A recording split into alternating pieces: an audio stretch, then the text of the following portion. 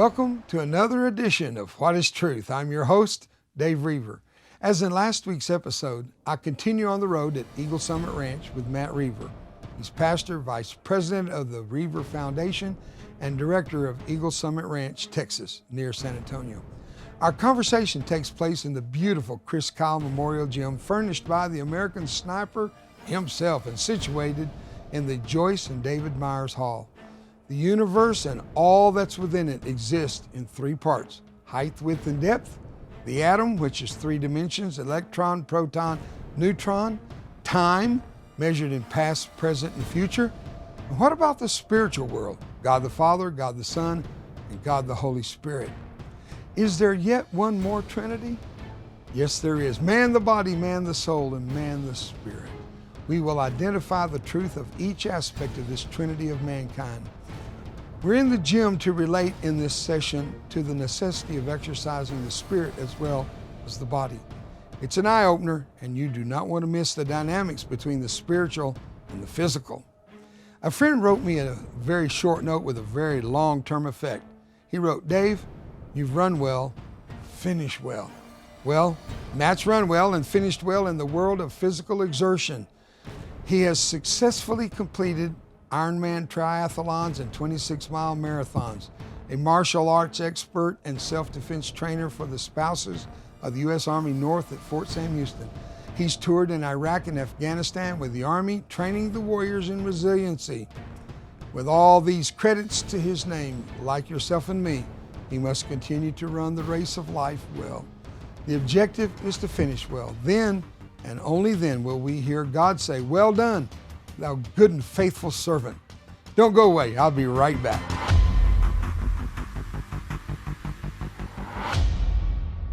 Well, Matt, I see you're in what's called a gi. Is that right? That is correct. This is Brazilian Jiu Jitsu. Tell me about Brazilian Jiu Jitsu. I've heard of it for years, and I know a little bit, but most folks don't know. Sure. Well, obviously Brazilian, it started in Brazil, and over an amount of time, the Brazilians really learned on, basically, it started off with self-defense, and self-defense turned into sports jiu-jitsu, and in my opinion, it's probably the strongest, most powerful position in self-defense that you can actually get into. Now, the gi is to be able to learn with, and it has different collars so that you can grab a hold and maneuver and to go from arm bars to leg locks, ankle locks, basically joint manipulation, and then also to choke scenarios, whether you're cutting off the blood flow or if it's a wind choke or blood choke. There's different scenarios that happen. And those aren't to kill, that's to disable. Or Exactly. And one of the things that I learned in particular growing up, and so often we're always told, don't fight, don't fight, don't fight. Well, I learned that through Brazilian Jiu Jitsu, I don't have to fight, but I can take control of the situation.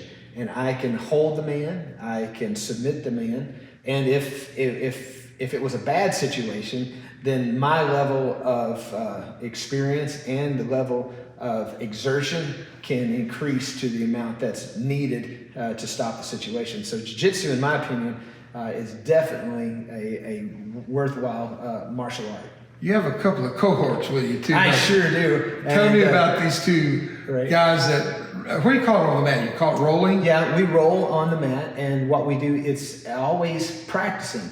If we were in a striking situation and I were to strike my partner wouldn't like that very much. So in rolling and wrestling, we roll around until we catch the person, what's called in a submission.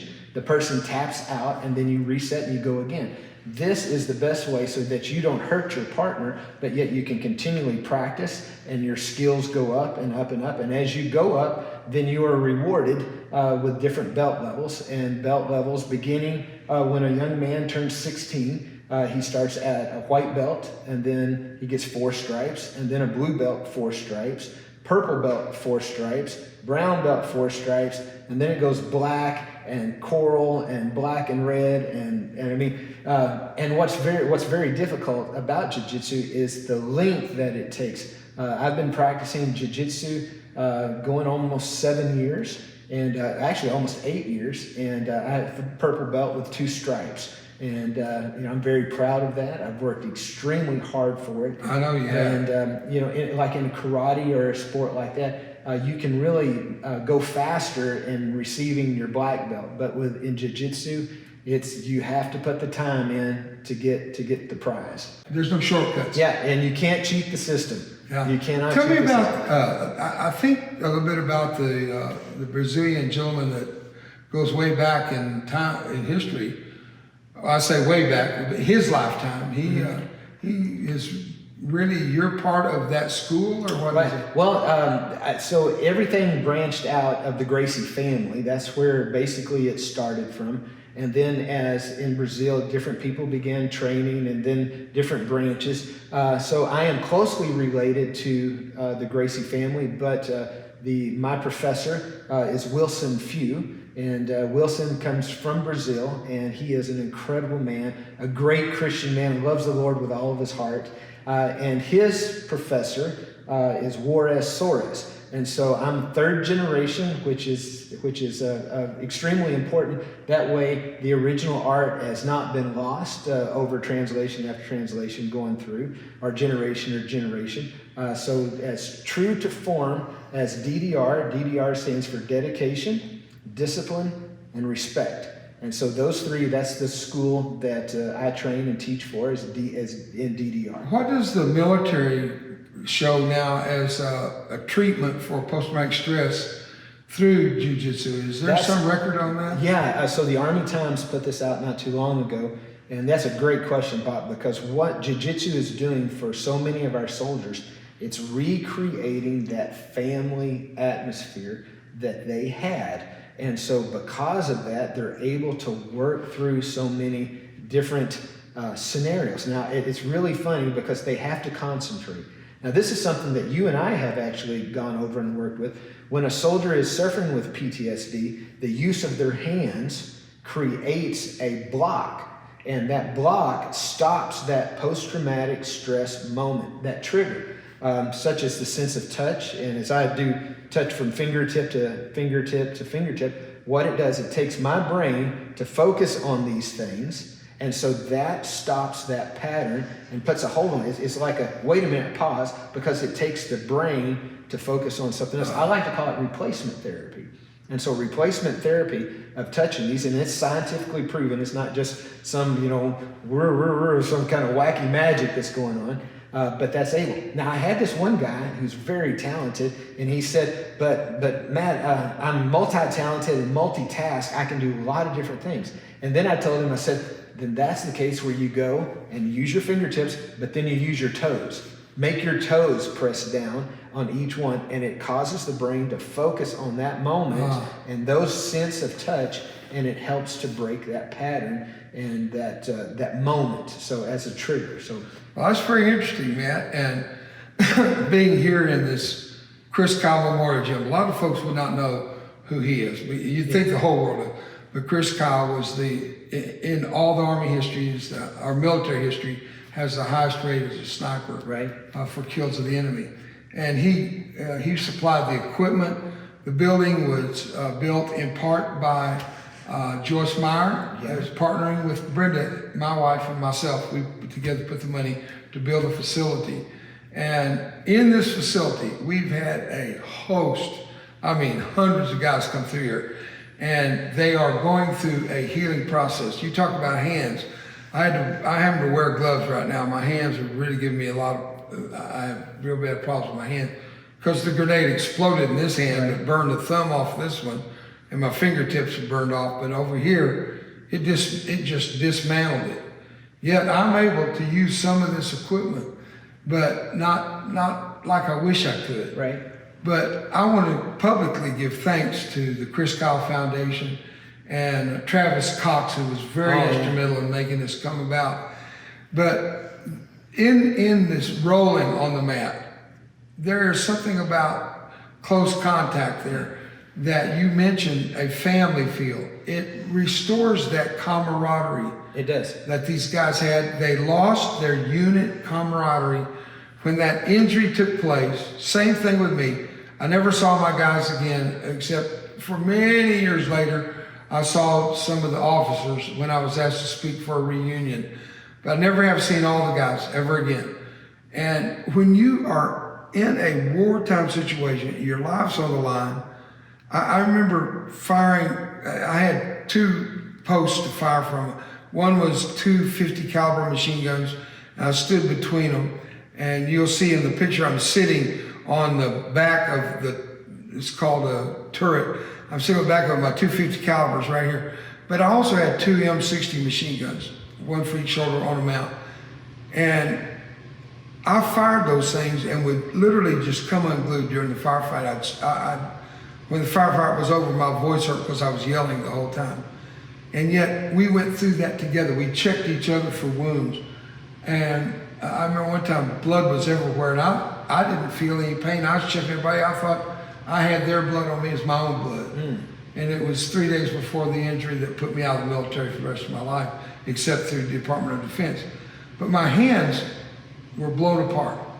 And I try to do that. Well, it's kind of like speaking sign language. I speak it with a lisp. It's pretty bad.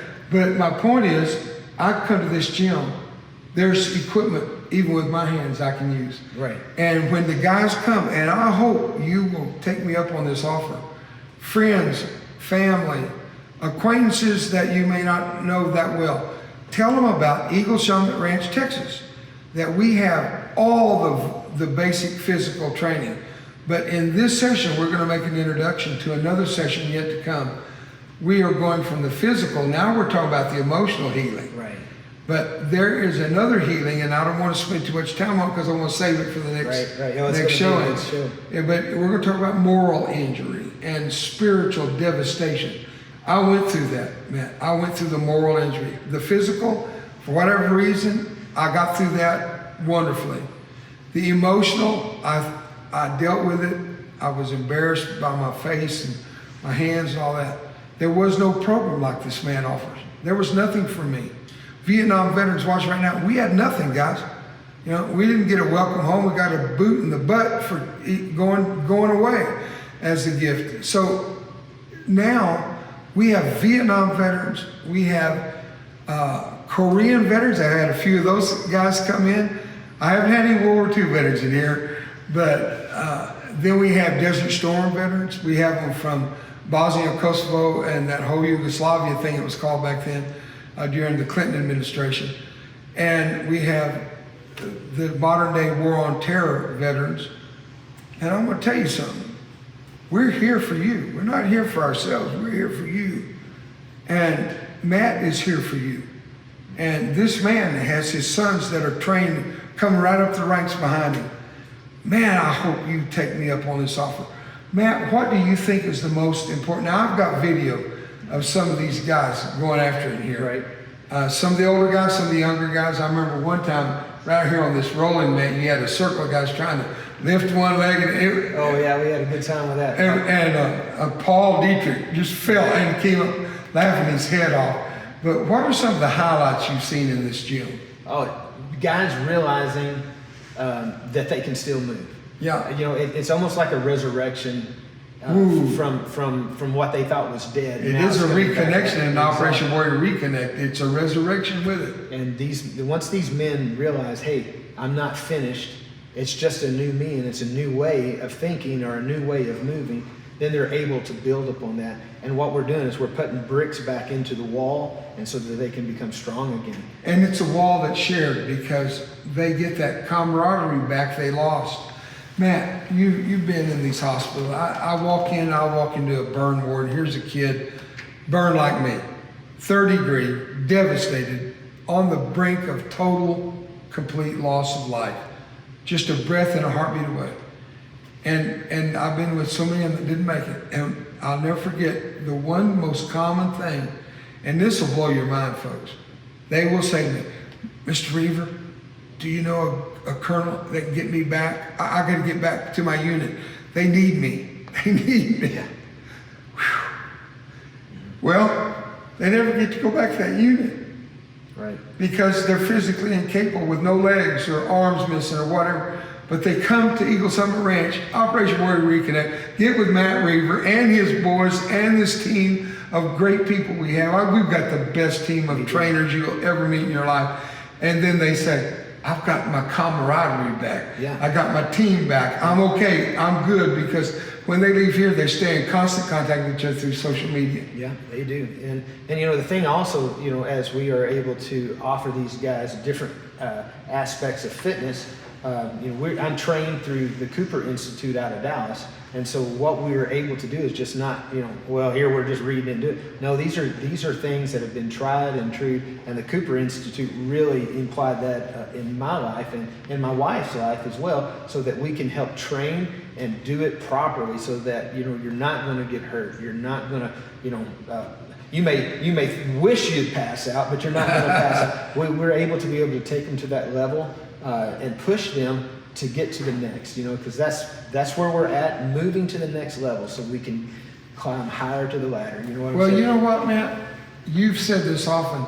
If you move the heart, you move the body. Yeah. Am I saying that right? If you touch the heart, you move the body. If you touch the heart, you move the body. And this now is where I want to take, we've only got about 5 minutes left here, but I want to transition our conversation a little bit.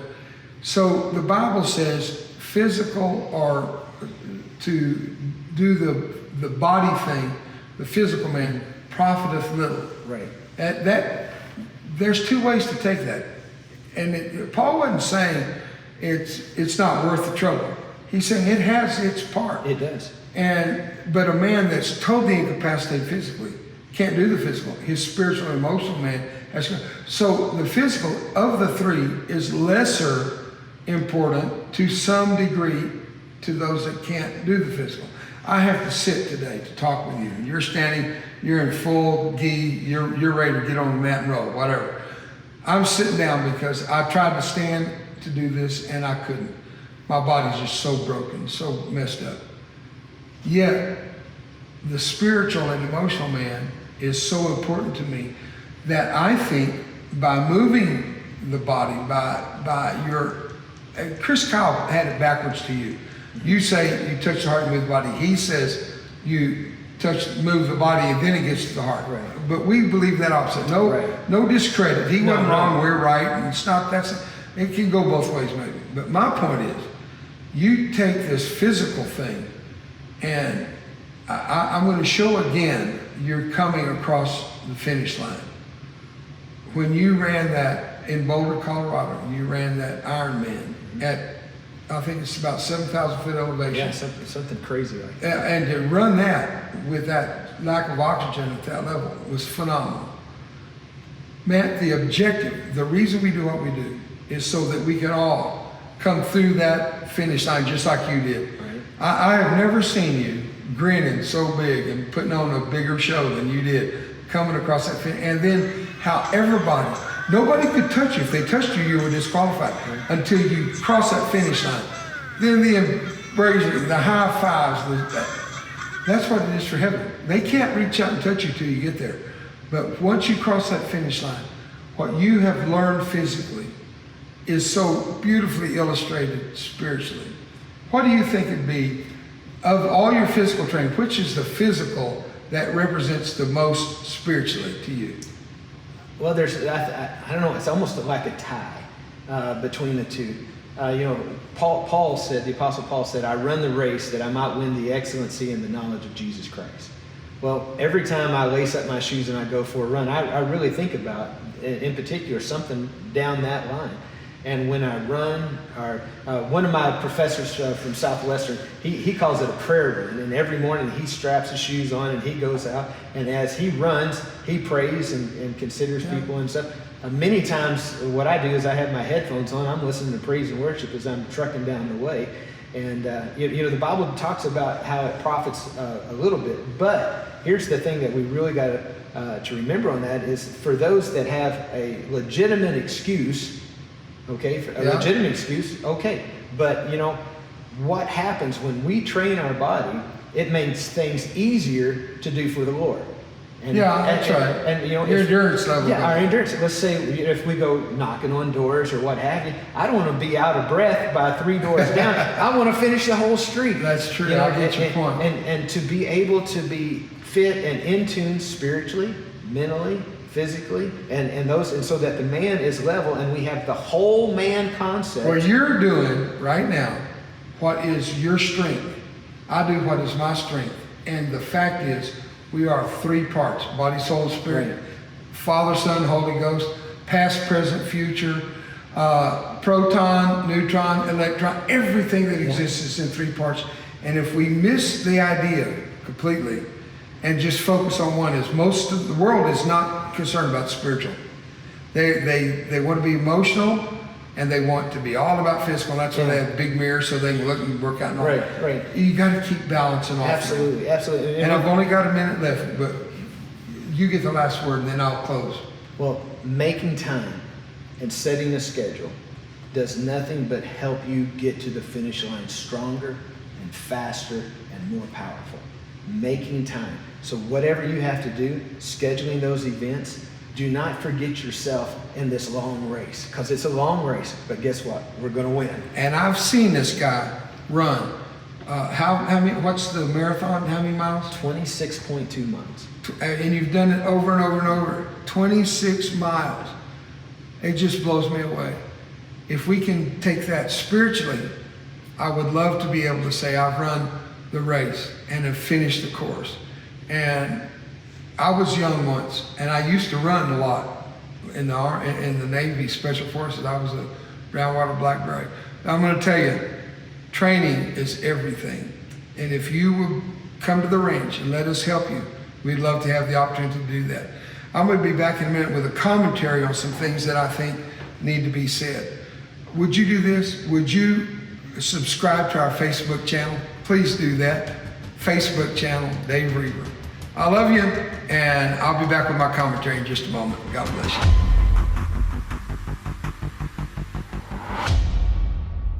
My comment on this program you've just watched really comes down to 2 very important issues. One is replacement therapy. Now, if I was speaking publicly, I'd ask you to repeat that out loud. But I think you got it. Replacement therapy. What does that truly mean? Well, for one thing, when the guys came back from the war, when they came back from Iraq or Afghanistan, or wherever they've been, because there's a lot of places they come back from that we help them get their feet back under them. But what is that replacement therapy? I'll tell you what it is.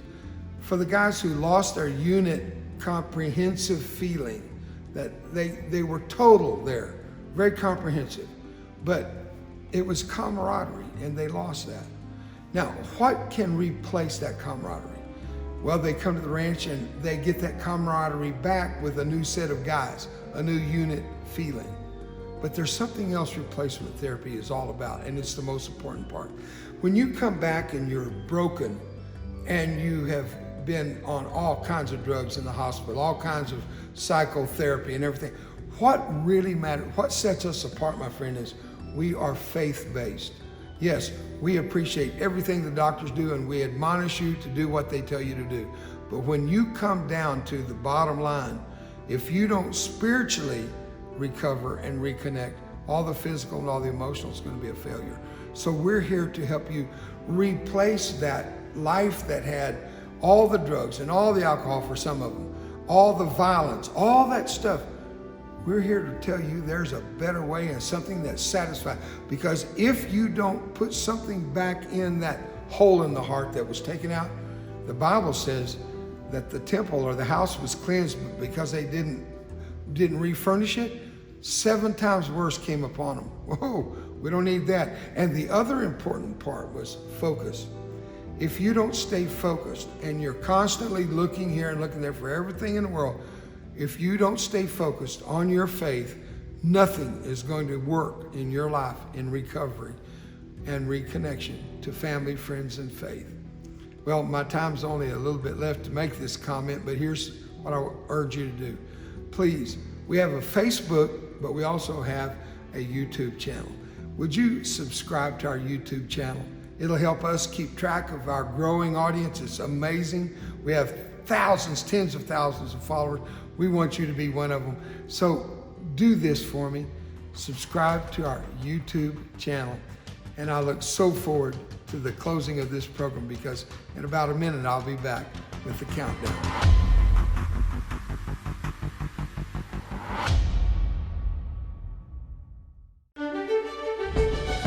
Dave Roever is excited for you to have a copy of his book, War and Recovery. War and Recovery is about pain, but it's also about healing. You will laugh. I was in the top 10% of the lower 1/3 of my class. You may cry. Love makes your scars go away. And for some reason, I feel handsome tonight. But you will be challenged as you read this compilation of vignettes from Dave's life and from the lives of others he has met who have encountered the worst and triumphed. Your gift of $15 will go directly to help Dave Roever and his associates take the gospel of Jesus Christ to young people, members of our armed forces, and many others around the world. Call, click, or write today and request your copy of War and Recovery. And when you do, you'll help Dave Roever and his associates continue to share the life-changing gospel with thousands. And now for the countdown. As always, on this segment of What is Truth, I try to be relevant and current about issues that foretell the urgency of the hour we live in, and to be a good watchman on the wall. With the recent COVID-19 outbreak, remember that in a matter of weeks, it spread from Wuhan, China, all over the world in unbelievable speed. Millions infected and hundreds of thousands dead. What was the most important requirement to slow down the virus contamination? Social distancing. In other words, human to human and surface to human transference. Do not touch, wear a mask. Biological warfare has already begun. The use of biological and or nuclear weapons is predicted in Ezekiel 39, where it will take 7 months to bury all of Israel's enemies from the north. The use of nuclear weapons contaminates the earth's soil. The use of biological weapons contaminates the body. One or both will be used, bringing about the massive carnage and plunder of Israel's enemies. The die has been cast. The alliance between Russia and China is set to come from the north to attack Israel, and the virus has been proven effective. The nuclear weapons are poised to strike. So where does this leave America in prophecy? It's interesting to me that we're not mentioned by name in biblical predictions. Maybe it's because we're so ineffective and are so non-relevant in prophecy. Possibly there's not even a remnant left from war or plague or rapture of the believers. Whatever is the case, will the last person to leave please turn out the lights? You think not? There's plenty of time left, right? The Son of Man cometh at an hour you think not, Luke 12:40 says. Listen to the watchmen of the night. Can you hear the midnight cry? Time is running out. The countdown clock is ticking. I'm Dave Roever. I'll see you next week on another edition of What is Truth.